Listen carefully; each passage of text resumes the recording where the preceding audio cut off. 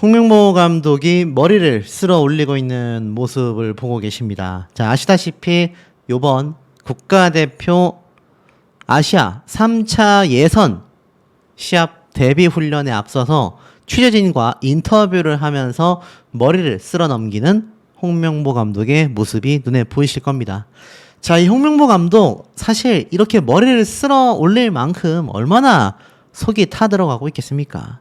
더불어서 축구협회장 정몽규 협회장과 더불어서 지금 이 경기도 준비하랴 문체부 장관과 문체부 측에서의 조사 감사를 통하여 감독직까지 내려놓으면서 이 정몽규 협회장과 함께 퇴출을 당하느냐 마느냐 이 갈림길에 놓여 있는 것이 바로 홍명보 감독의 진짜 입장이라고 생각이 되는 부분입니다. 그러다 보니 이렇게 머리를 쓸어 넘기면서 자신의 답답한 심경이 은연중에 슬슬 나올 수밖에 없는 그런 순간이 아닐까 싶기도 한데요. 자, 내용을 좀 하나씩 살펴보면, 자, 10년 만에 돌아온 홍명보호, 설레이고 두렵다라고 되어져 있습니다. 첫 소집 훈련을 하고 있는 선수들의 모습이 눈에 보여지는데, 제가 앞선 영상을 통해서 말씀드린 것처럼 이 해외파, 손흥민, 이강인, 김민재, 황희찬, 자, 이런 대단한 해외파 선수들은 순차적으로 합류할 것을 예고했기 때문에 이렇게 국내 선수들로만 훈련이 진행이 됩니다. 팔짱을 끼고 달리기를 하고 있는 선수들의 모습을 보고 있는 홍명보 감독의 표정을 보고 있자면, 글쎄요, 그렇게까지 심적으로 큰 부담감이 느껴진다라고 보기는 어려워 보입니다.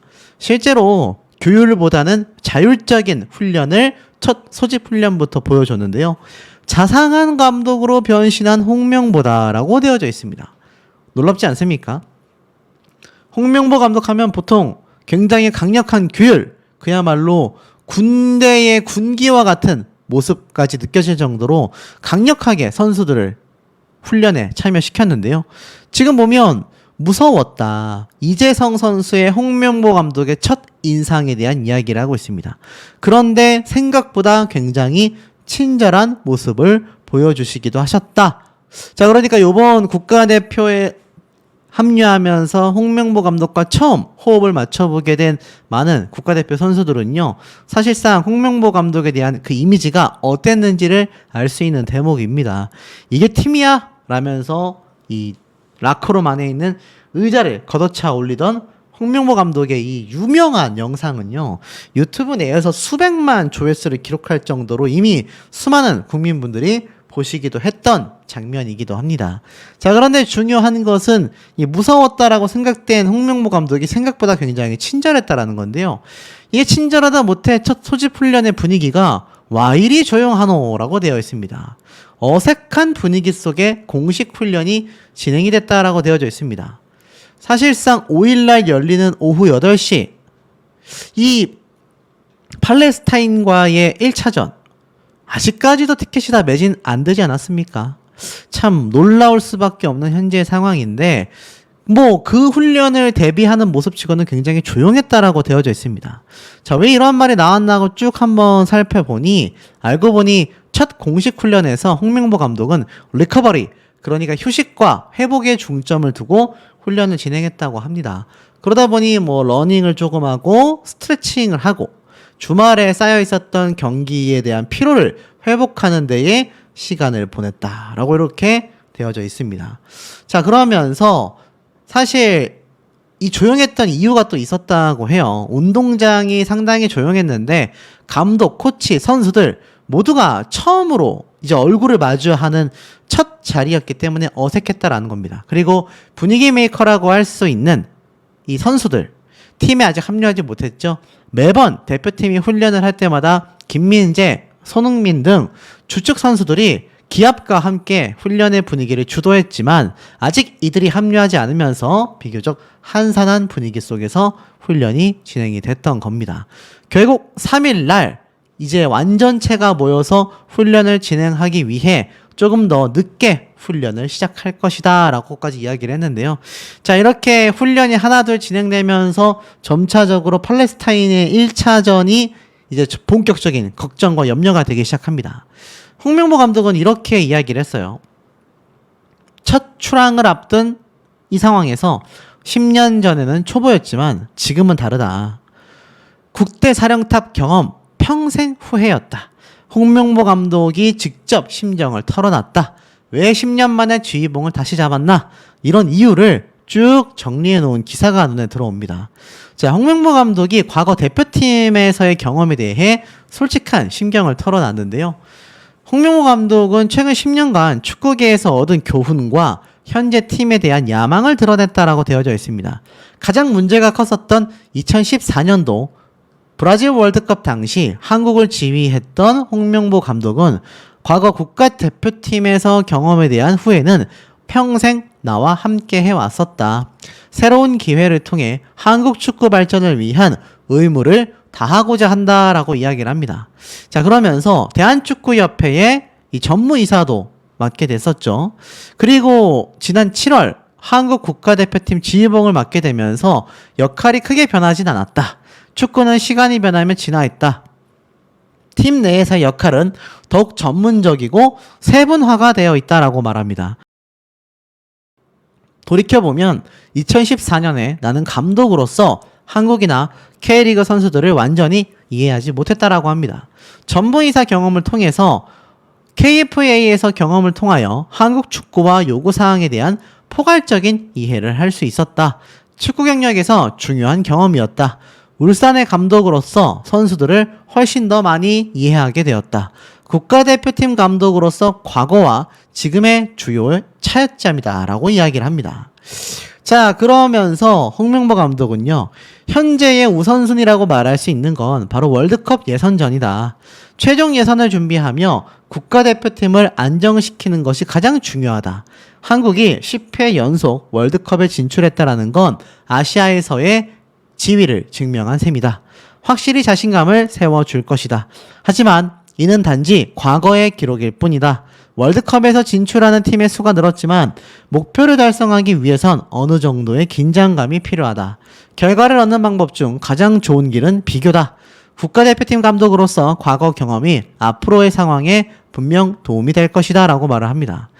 정작 이 홍명보 감독은 국가대표팀을 지휘하여 실망스러운 13개월로 인해 감독 경험이 중단됐었죠. 내려왔지 않습니까? 그런데 과연 이번 팔레스타인전에서 승리를 장담할 수 있을까요?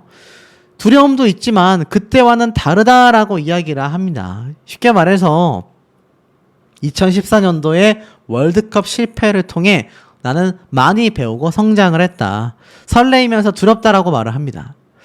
그런데 모르겠습니다. 사실 이번 홍명보 감독의 선출에 대해서 가장 많은 이야기가 나왔지만 쟁점이 되는 건 두 가지였죠. 첫 번째는 굉장히 공정성에 어긋나게끔 선출이 됐다라는 겁니다. 그런데 두 번째 이유가 그 첫 번째 이유를 뒷받침하고 있습니다.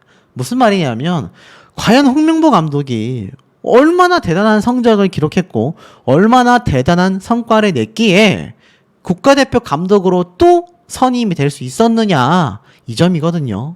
10년의 실패를 통해 많이 배우고 성장했다라고 하기에는, 많은 국민들이 신뢰하기에는 쉽지 않습니다. 이렇게 얘기를 또 했었어요. 오늘 아침에 집을 나서면서 여러 생각이 들었다. 10년 만에 대표팀 사령탑으로 운동장에 서 있으니 설레이기도 했지만 과거의 경험 때문에 두려움도 느껴졌다. 확실히 처음 대표팀을 이끌었을 때와는 마음가짐이 달랐다라고 되어져 있습니다. 지난 실패를 경험했기 때문에 복잡한 생각이 들었고, 분명한 건 10년 전보다 더 많은 경험을 했으며 그 실패를 이겨내기 위해 많은 시간을 투자하며 꾸준하게 노력했기에 이 자리에 다시 올 수 있었고, 그런 점에서 그 실패조차 감사하다라는 생각을 가지고 있다. 그러면서 나도 흰머리가 많아졌을 정도로 많은 변화가 있었다. 내적으로도 변화가 있었다. 많은 경험을 통해 배우며 감독으로서 더 성장했다 라고 이야기를 했습니다. 그리고 여전히 대표팀의 운영 기조는 원팀, 팀워크를 설명합니다. 선수들 개개인의 능력은 역대 최고라는 평가가 있지만 축구는 팀 스포츠인 만큼 우리가 팀으로서 응집력을 얼마나 발휘할 수 있느냐에 따라 개개인의 재능을 더 발휘할 수 있다. 이런 부분을 선수단 미팅을 통해 강조할 것이다. 예전에도 그랬지만 지금도 마찬가지인 겁니다. 특정한 선수들이 아니라 팀으로서의 팀워크를 강조하고 있는 부분이라고 말하고 있습니다. 자, 그러면서 이 홍명보 감독, 나보다 대한민국에게 팔레스타인전은 너무나 중요한 경기다라고 아주 각오를 다지고 있습니다. 그리고 수석 코치로 온 아로소 첫 훈련에서 직접 진두지휘를 하기도 했는데요. 자, 해외 코치까지 적극 영입하면서 정말 한번 만회를 해보겠다라고 말하고 있습니다만 사실 축구협회는 녹록치 않습니다. 앞에 말씀드린 것처럼 유인천 문체부 장관이 체육계의 대개혁을 선포했기 때문인데요. 급기야 축구협회가 강제로 해체될 위기까지 놓여져 있다라고 말씀을 드렸습니다. 다행히 팔레스타인전과 이 오만전의 두 번의 경기가 9월 달에 있고 그것이 끝나는 9월 말쯤에 앞에 말씀드린 것처럼 정몽규 협회장과 홍명보 감독은 결국 축구협회 현안질의의 증인으로서 세워지게 됩니다. 자, 그렇게 됐을 때 과연 이 두 사람이 여전히 감독과 협회장직을 유지할 수 있겠느냐라는 겁니다. 정몽규 협회장은 심지어 4선을 도전하려고 하는데 유인천 문체부 장관은 재출마가 어려울 것이다.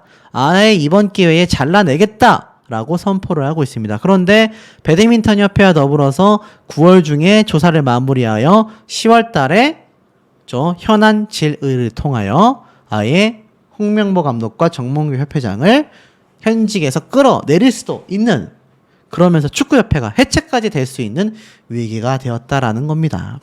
자, 황희찬 선수는요 입국을 했고요. 홍명보호에 합류한다라는 기사가 이렇게 떠 있는 상태이기도 합니다. 바로 돌아가서 현재 국가대표팀과 호흡을 맞출 예정인데요.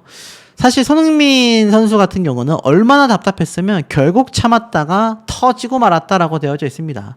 토트넘 선수 동료들의 이기적인 이 욕심 때문에 정말 분개함이 터져 나오기도 했는데요. 자, 이 손흥민 선수가 얼마나 팀을 중요하게 생각하고 국가대표의 주장으로서 최선을 다하는지 알 수 있습니다. 많은 분들이요, 사실 이강인 선수, 김민재 선수, 황희찬 선수만이 아니라 특히나 손흥민 선수가 국가대표 선수로 오길 원하지 않는다라는 분들이 정말 많습니다. 그냥 토트넘에서 열심히 경기하고 돈 많이 벌고 행복했으면 좋겠다. 굳이 국가대표가 뭘 남는다고. 축구협회의 저런 횡포, 앞에 말씀드렸던 이런 정몽규 협회장과 홍명보 감독의 비리만이 가득한 대한민국 축구를 위하여 왜 손흥민 선수가 희생해야 하냐, 이런 시각도 많은 상태이기도 합니다. 아마 우리 시청자분들도 하실 말씀이 굉장히 많으실 텐데 분명히 양립하는 의견들이 이러한 현재의 분위기를 바탕으로 나올 수밖에 없지 않나 라는 생각이 듭니다.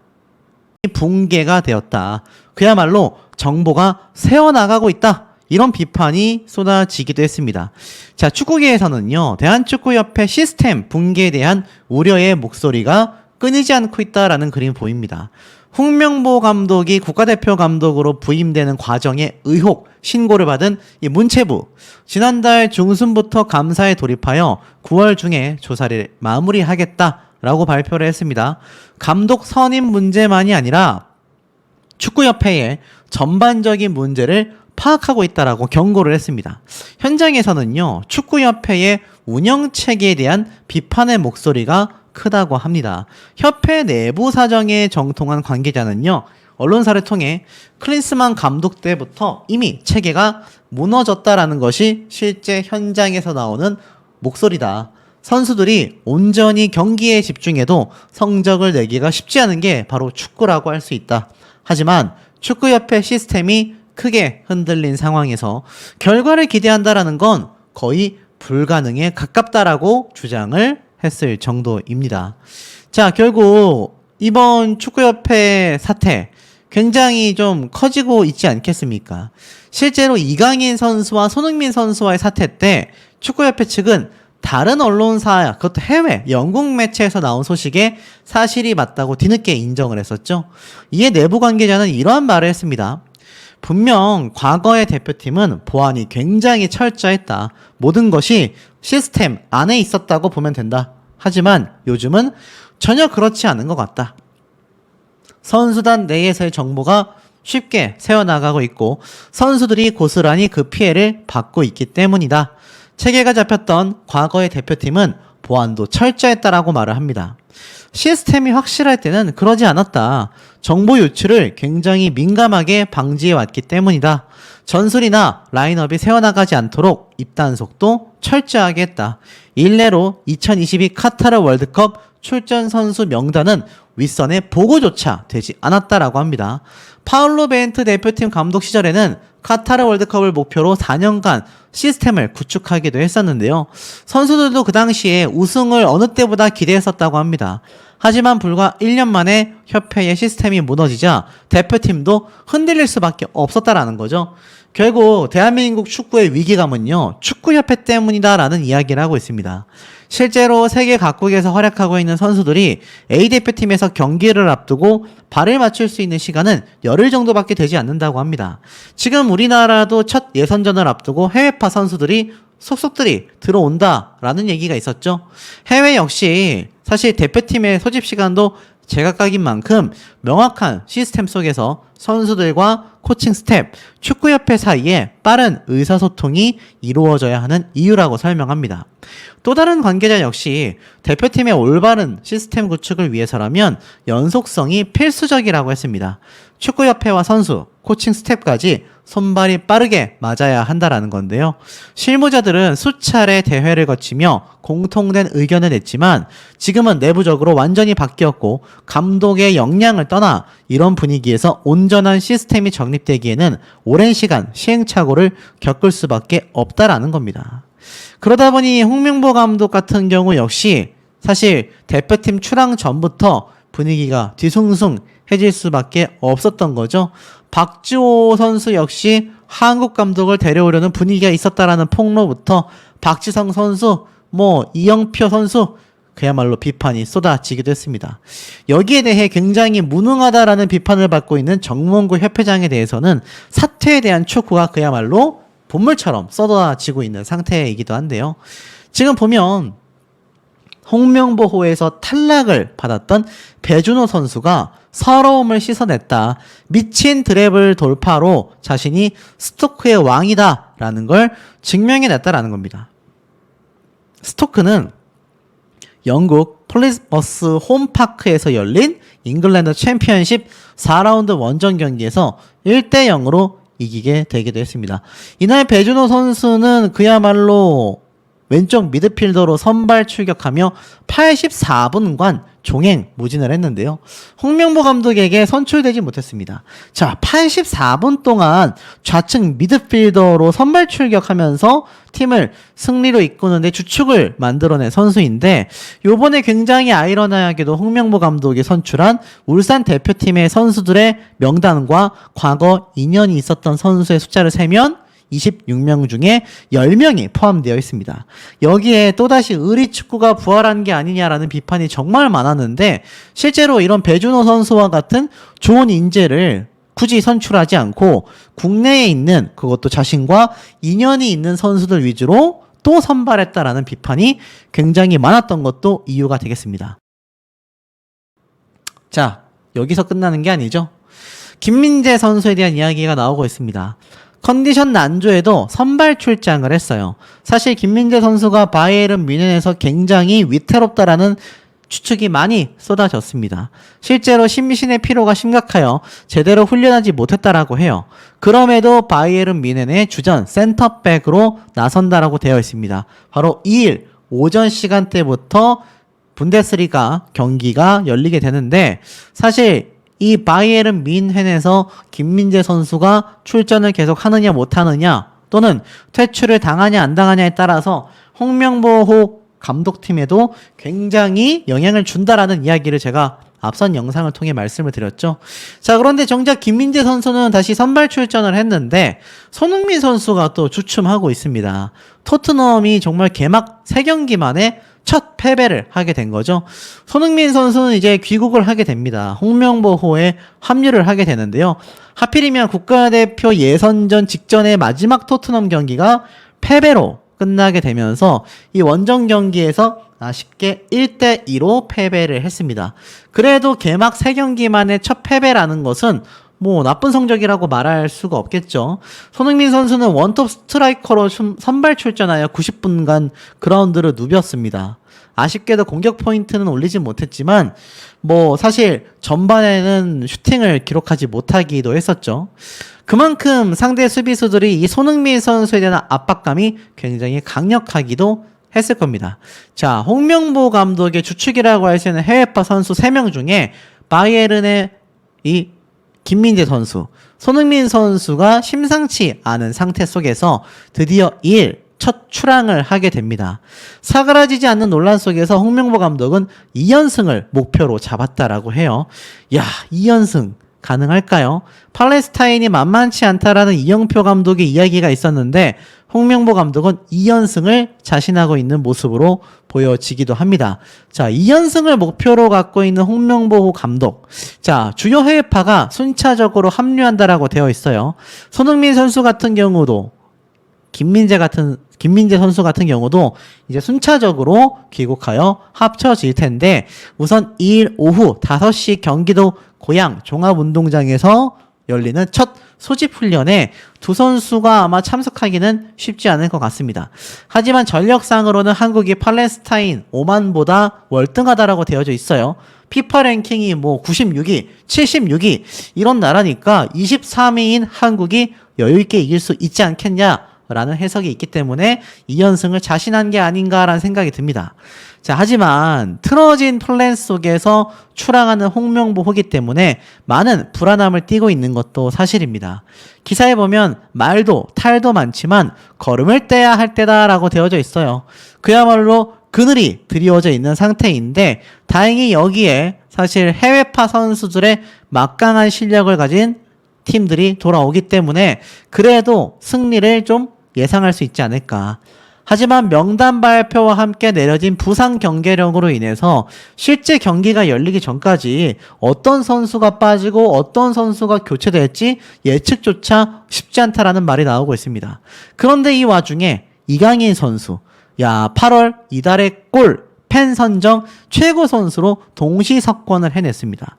자, 가짜뉴스 영상 채널에서 툭하면 이강인 선수가 합류하지 못할 거다. 합류를 거부했다. 국가대표팀에 불참한다. 이런 얘기가 많았는데요. 실상은 이강인 선수 역시 손흥민 선수처럼 순차적으로 한국 국가대표 훈련팀에 합류하게 될 것으로 보여집니다. 손흥민 선수와 김민재 선수가 먼저 오고 이강인 선수가 순차적으로 들어오지 않겠냐라는 추측이 있는데요. 뭐 그걸 기반으로 가짜뉴스들을 만들었는지 모르겠지만 이강인 선수가 불참한다라는 이야기는 이 소집 훈련 바로 2일날 열리는 고양 종합운동장에서의 훈련 외에는 없지 않나라는 생각이 듭니다. 자, 어찌됐건 홍명보 감독의 이 첫 출전 굉장히 많은 불안함을 띠고 있는 상태입니다. 만에 하나라도 첫승까진 모르겠지만 그래도 두 번의 경기 중에 한 번의 승리조차 만약에 없다라고 가정한다면 안 그래도 들끓는 여론에 홍명보 감독 자진 사퇴, 결국 강제 사퇴에 대한 이야기가 굉장히 많이 나올 수밖에 없습니다. 실예로 문체부에서 선포를 한 만큼 정몽규 협회장과 홍명보 감독이 국회에 다음 달 24일 날 현안 질의 소환 예정이죠. 이 과정에서 문제점이 밝혀지게 된다면 문체부의 엄포처럼 축구협회의 강제 해체는 물론이거니와 두 사람 다 긴급 사퇴를 할 수 있는 상황마저 가능성이 매우 높아지고 있다라는 해석이 많이 나오고 있습니다. 아마 이 앞에 두 경기의 성적이 좋아야 그나마 여론이 돌아서지 않을까요?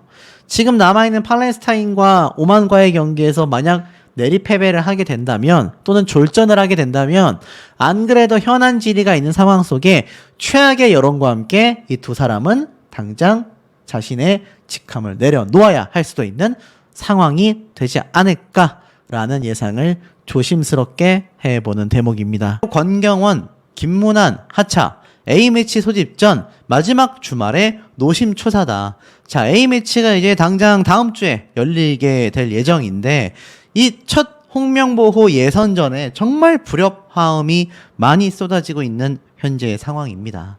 사실상 티켓도 수천석이나 여전히 남아있는 상태이기도 하고요. 특히 홍명보 감독 같은 경우 정몽규 협회장과 이임생 총괄 이사와 함께 아시다시피 국회로 곧 소환될 예정이기도 합니다. 그러니 이 홍명보 감독이 맡고 있는 국가대표팀이 흔들흔들 거릴 수밖에 없지 않겠습니까? 이게 뭐 충치도 아니고 이렇게 국가대표가 흔들흔들 거려서야 되겠느냐라는 말이 왜 많이 쏟아지는지 알 수 있는 대목이기도 하겠습니다. 이런 기사도 하나 들어옵니다. 한국 축구 대표팀의 사령탑 후보였던 미국의 거스 포액 감독, 돈은 크게 문제가 되지 않았다, 이렇게 말을 하고 있습니다. 사실 이 홍명보 감독 이전에 외국인 감독 후보자가 2명이나 있었다라는 거 잘 알고 계실 겁니다. 애당초 홍명보 감독이 정몽규 협회장과 이임생 총괄 이사와 왜 국회로 불려가기로 확정이 됐겠습니까? 증인으로 출석하기로 되어 있죠. 왜냐? 이번 감독 선임에 있어서 확실한 건지에 대한 증언을 본인들이 직접 해야 되기 때문이겠습니다. 자, 그런데 중요한 건 그 중에 유력한 외국인 감독이 바로 거스 감독이었던 거죠. 자, 그런데 이런 말을 합니다. 감독 후보였던 거스 포엣, 홍명보를 선임한 것을 존중한다. 다만 내가 될 줄 알았다라고 이야기를 합니다. 자, 이게 바로 거스 포엣 전 그리스 대표팀 감독인데 최근 유튜브 채널에 등장을 했습니다. 30일 날 등장을 해서 가감없이 자신의 속마음을 밝혔는데 이것이 또 굉장히 화제가 됐죠. 내용을 좀 짧게 한번 살펴보면 이렇게 얘기합니다. 홍명보 감독 선임 하나만으로 이야기하는 건 아닐 것이다. 대한축구협회 저격당했다. 자, 이 기사 타이틀 한번 보십시오. 유인촌 문체부 장관이 뭐라고 했습니까? 새로운 정책과 방법을 제시해야만 할 것이다 라고 이야기를 했습니다. 사실 이 거스포액 감독은 이러한 말을 했어요. 클린스만 감독이 떠난 이후 대한축구협회가 무엇을 원하는지 정보를 얻는 것이 먼저였다. 축협이 국내 감독을 원한다라고 했다면 나는 포기했을 거다. 그러나 대한축구협회는 외국인 감독에게 열려있다며 지원을 하려고 했다. 그런데 내가 지원을 철회했다. 왜냐하면 그리스 대표팀과 계약이 3월까지였기 때문이다. 한국 대표팀 감독을 할 수 있는지만 알아봤지만 이미 몇몇의 유력한 후보가 있다고 하여 포기했었다. 그리스와 재계약할 줄 알았지만 그러지 못했고 곧바로 한국 소식을 알아봤고 다시 접촉하게 되었다라고 합니다. 대한축구협회는 최종적으로 홍명보 감독을 선택했죠. 이에 대해 거스 감독은 만약 다른 팀이 그랬다면 괜찮았겠지만 한국이 나를 거절했을 땐 상처를 받았다. 그만큼 가슴이 뛰었고 진심으로 기대했기 때문이다 라고 합니다. 사실 이 거스 감독이 굉장히 많은 축구인들 사이에서도 추천이 있었고 실제로 유력한 감독 선정의 후보였습니다. 그런데 갑자기 홍명보 감독이 하루 만에 입장을 바꾸면서 선임이 된 거죠. 그러니까 이러한 말이 나온 거예요. 홍명보 감독의 선임 하나만으로 이야기하는 건 아닐 것이다. 바로 유인촌 장관 역시 30일 날 YTN에 등장을 해서 이러한 말을 합니다. 아날로그에서 디지털로 지금 모든 환경이 바뀌었는데 여전히 제도적인 부분이 그대로 유지가 되고 있는 것 같다. 지금이야말로 체육계의 정책들을 개혁할 적기이다. 국민 여론은 원하는 것이 매우 많다라고 이야기를 합니다. 그러면서 제가 뭐 누누이 다뤄드렸던 배드민턴 협회, 대한체육회장 등등 이 2번 이상 연임하지 못하도록 본인들의 결정에 나름대로 정경과 내규를 바꿨는데 갑자기 올림픽 전에 이사회를 열어 바꾸려고 했던 걸 보면 결국 이것은 권력의 횡패다라고 이야기를 하고 있습니다. 더불어서 뭐라고 했습니까? 문체부 장관은 홍명보 감독의 선임 과정과 대한축구협회의 운영에 있어 문제가 없는지 기초조사를 이미 진행했고 실질 검사에 돌입하고 있는 상태라고도 발표를 했습니다. 그렇기 때문에 이 홍명보 감독이 국회로 이제 호출이 되는 것이죠. 여기에 정몽규 협회장도 마찬가지입니다. 그러다 보니 지금 일각에서는 축구협회가 결국에는 해체가 되는 게 아니냐, 강제 해체 수순을 밟을 수도 있는 거 아니냐, 이러한 말까지 나오고 있습니다.